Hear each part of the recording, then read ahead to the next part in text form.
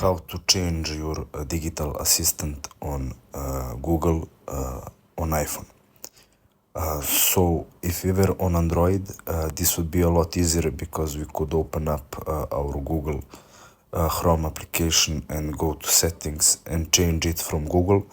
But iPhone doesn't have that menu because it's iOS and not Android, and you cannot change from digital assistant to Gemini on Google application. But what you can do is to download Google Gemini application. So let us do that by opening App Store and just go to search. On search bar type Google Gemini, and it should appear on first top search.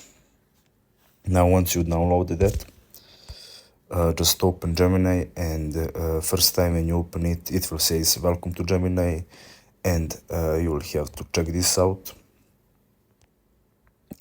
You don't need to get emails from this application, and just click on use Gemini. And as you can see right now, we changed our assistant without even going to Google, just by downloading this application.